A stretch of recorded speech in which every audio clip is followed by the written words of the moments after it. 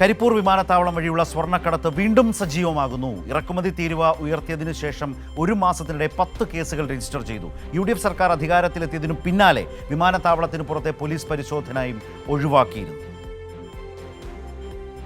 ഇപ്പോൾ സ്വാലിഹ് ചേരുന്നു വിശദാംശങ്ങളുമായി. സ്വാലിഹ്, എന്താണ് ഇപ്പോഴത്തെ ഒരു പൊതുസ്ഥിതി? നേരത്തെ തന്നെ ഈ സ്വർണ്ണക്കള്ളക്കടത്ത് നടത്തി കസ്റ്റംസിനെ വെട്ടിച്ചു പുറത്തു വരുന്നവരെ കഴിഞ്ഞ സർക്കാരിൻ്റെ കാലത്ത് പുറത്തുനിന്ന് കേരള പോലീസ് പിടികൂടിയിരുന്നു. അത് രാജ്യത്ത് തന്നെ അപൂർവമായ സംഭവമായിരുന്നു. അങ്ങനെയും കള്ളക്കടത്തിനെ ഉന്മൂലനം ചെയ്യുന്ന, സ്വർണ്ണക്കള്ളക്കടത്തിനെയൊക്കെ ഉന്മൂലനം ചെയ്യുന്ന ഒരു സംവിധാനം കേരളത്തിലുണ്ട്. കരിപ്പൂരിൽ അത് വളരെ ശക്തമായിട്ടുണ്ടായിരുന്നു. അതിൽ വല്ലാതെ നൊന്ത മനുഷ്യരുമൊക്കെ ഉണ്ടായിരുന്നു. അവർ പിന്നീട് കാട്ടിക്കൂട്ടിയതൊക്കെ നമ്മൾ കണ്ടതുമാണ്. വലിയ രാഷ്ട്രീയ വിവാദവുമായി മാറിയതാണ്. ഇപ്പോഴത്തെ സ്ഥിതി എന്താണ്?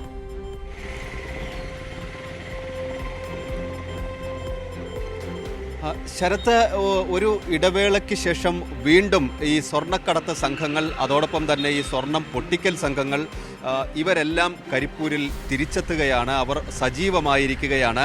കഴിഞ്ഞ ഒരു മാസത്തിനിടെ 10 കേസുകളാണ് കരിപ്പൂരിൽ രജിസ്റ്റർ ചെയ്തിരിക്കുന്നത്. 13 പേർ പിടിയിലാവുകയും ചെയ്തിട്ടുണ്ട്. അത് സ്ഥിരമായി സ്വർണ്ണക്കടത്തുന്ന സംഘങ്ങൾ, നിരവധി കേസുകളിലെ പ്രതികളൊക്കെ ഉൾപ്പെടുന്ന 13 പേരാണ് കഴിഞ്ഞ ദിവസം പിടിയിലായിരുന്നത്. 2022 നമുക്കറിയാം, അന്ന് ഇറക്കുമതി തീരുവ 18% അത് ഉയർത്തിയപ്പോഴാണ് വലിയ തോതിൽ സ്വർണ്ണക്കടത്ത് സംഘങ്ങൾ സജീവമായിരുന്നത്. ഒരു വർഷം ഏതാണ്ട് 100 കേസുകൾ വരെ ഉണ്ടാവുന്ന സാഹചര്യം ഉണ്ടായിരുന്നു. ആ സമയത്താണ് പുറത്ത് വലിയ പരിശോധന, പോലീസിൻ്റെ ഒരു എയ്ഡ് പോസ്റ്റ്, അതോടൊപ്പം തന്നെ ഒരു പരിശോധനാ സംവിധാനം കഴിഞ്ഞ LDF സർക്കാർ കൊണ്ടുവരുന്നത്.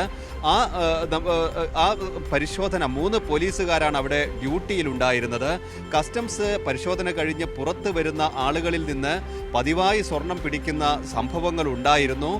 ഇത്തരത്തിൽ 100 കേസുകൾ ഇവിടെ രജിസ്റ്റർ ചെയ്തിട്ടുമുണ്ടായിരുന്നു. പക്ഷേ പിന്നീട് UDF സർക്കാർ അധികാരത്തിലെത്തിയതിന് തൊട്ടു പിന്നാലെ ഈ 3 പോലീസുകാരെയും അരീക്കോട്, വേങ്ങര, മലപ്പുറം സ്റ്റേഷനുകളിലേക്ക് ഇവരെ സ്ഥലം മാറ്റുകയാണ് ചെയ്തത്.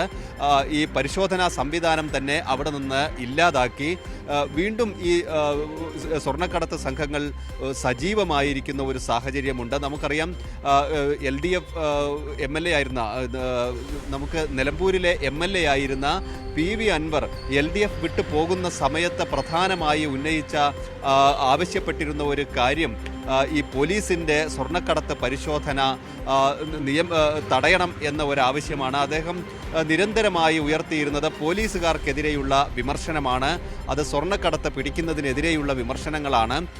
എന്നാൽ UDF സർക്കാർ അധികാരത്തിലെത്തി തൊട്ടു പിറ്റേ ദിവസം തന്നെ ഈ പരിശോധന പോലും എടുത്തു കളയുന്ന സാഹചര്യമുണ്ടായി. ഇപ്പോൾ ആ പരിശോധന എടുത്തു കളഞ്ഞതിന് പിന്നാലെ സ്വർണ്ണക്കടത്തും വലിയ തോതിൽ കൂടിയിരിക്കുന്നു. ഈ സംഘങ്ങൾ വരുന്നത് കൂടിയിരിക്കുന്നു. ഇതിലെ ഒരു പ്രധാന കാരണമായി പറയുന്നത് ഈ ഇറക്കുമതി തീരുവ വീണ്ടും ഉയർത്തിയതാണ്.